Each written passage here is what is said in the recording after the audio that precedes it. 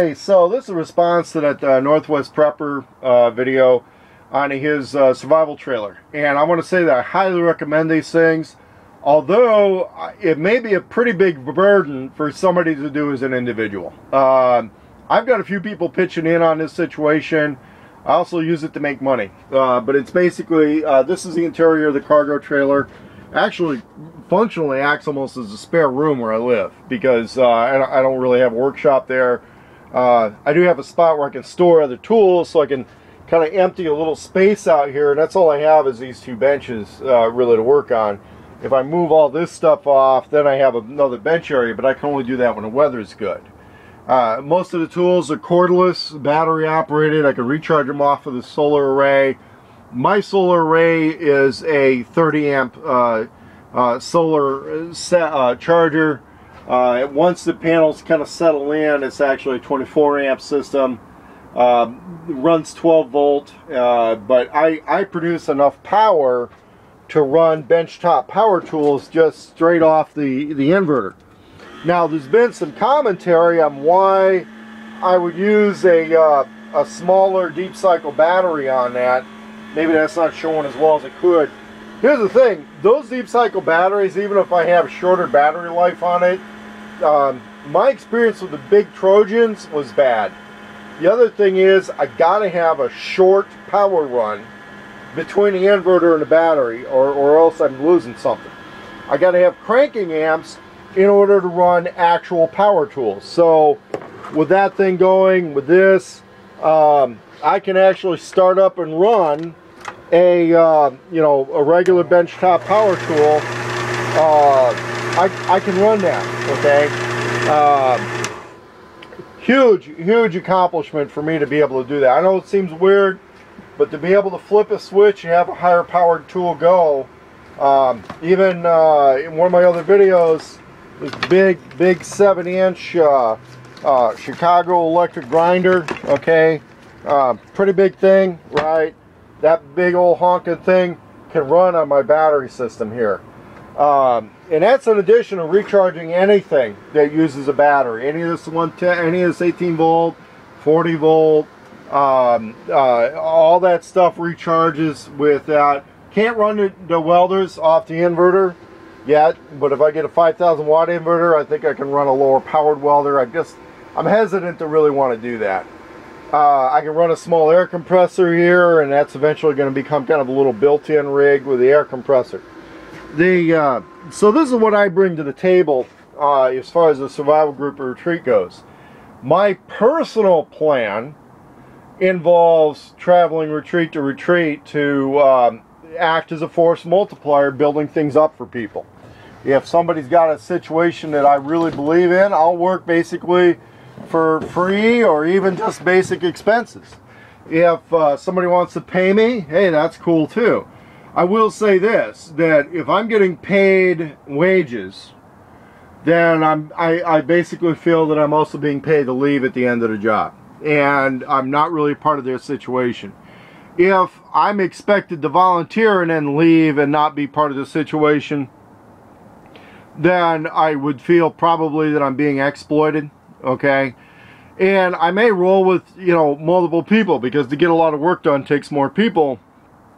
And, you know, people got to be taken care of. I mean, we can talk about using Ron Paul dollars. We can talk about, you know, food for work, all that kind of stuff. The thing is that saw blades and stuff, and I use good equipment, it all costs money. These grinding wheels cost money.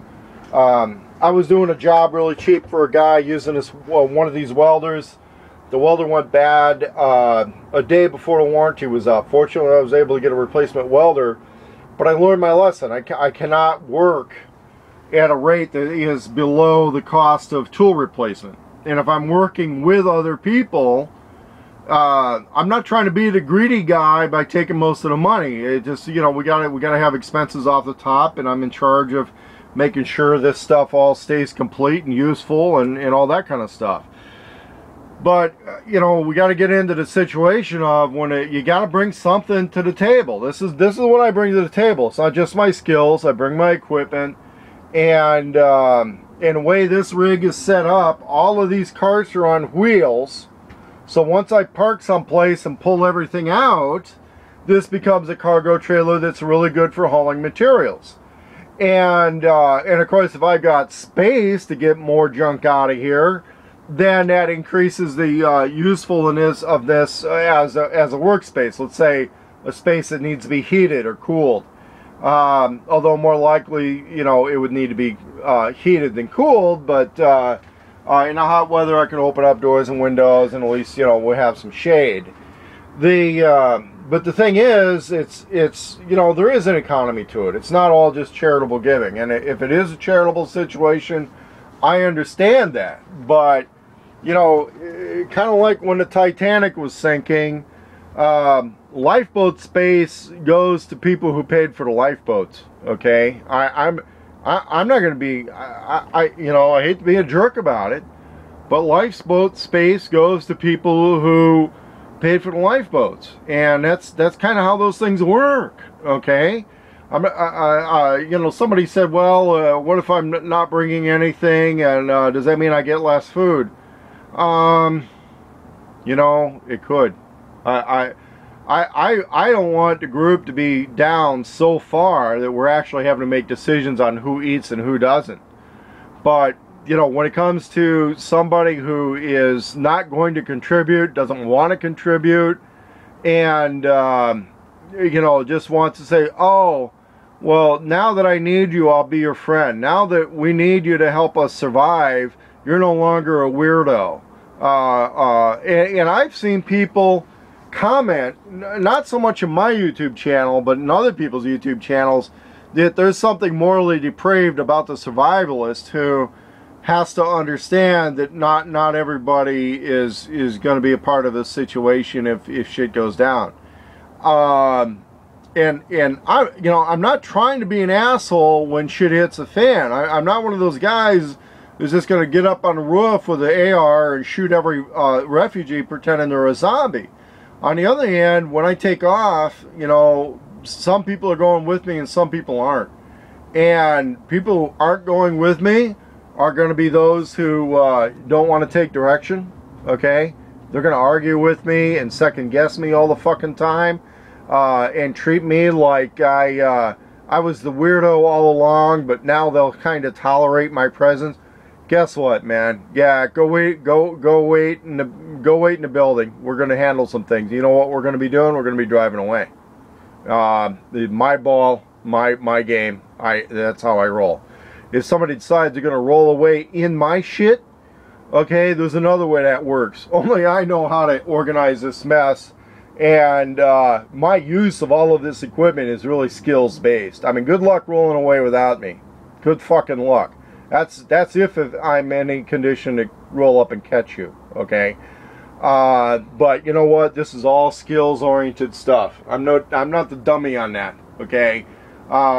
You know, if it's just your pile of food, your rifle, doesn't take a lot of skill to put that to use, and somebody wants to rob it, that's one of the things to consider. For me, this is all skills-oriented stuff. So if somebody were to grab all my shit, it doesn't mean it's going to do them all that much good without the skills to use it. And that's one of the reasons this is my contribution on a lot of situations. I'm not out there to give away free stuff. I learned that partly in some cross training I did with some special forces people who had been in Afghanistan, not in the post 9/11 world, in the pre 1990 world. Okay, not post 9/11, pre 1990 special forces who were in Afghanistan, who taught me a lot of lessons about that kind of thing. Because you know what? Prior to 1990, when U.S. Special Forces were dealing in Afghanistan and northern Pakistan and dealing with the locals down there, they still had issues of getting fucking robbed. You know, somebody going out there and saying, well, we're jihad, you're not, thanks for your shit, get the fuck out. Or, thanks for your shit, get us more, or we're going to start killing you. And that's how those people behaved. And the Special Forces people figured out real quick that what they needed to have as a stock and trade was limited resources. It was all skills oriented. And then very slowly, very carefully do a skills transfer as the resources increase. And that's what I look at from the force multiplier standpoint, from the engineer standpoint, is I'm not there to do things all for people. I do things with people. I act as a force multiplier. I bring a lot of skills and resources to the table. I'm not there just to deal with some lazy fuckers who don't want to do anything and don't want to pay for it. If somebody wants to employ me or my people, that's another story. You know, we'll work hard for the money. We'll get shit done. I'm cool with that. I'm cool with heading out in places and getting things done for people and getting paid. But when it's a situation, it's not necessarily my group, not necessarily something I strongly believe in. You know, I still got to make expenses. All this stuff costs money. But it is what I bring to the table for survival groups, survival situations, is the whole mobile workshop. It's a force multiplier. It's a support force multiplier. I'm not pretending to be the guy in charge of combat operations or any of that kind of shit. I'm not there to be the platoon daddy who's got all your beans and bullets and band-aids for you. I'm there as a support force multiplier. I mean what I do. I know what I'm doing, and that's how I roll.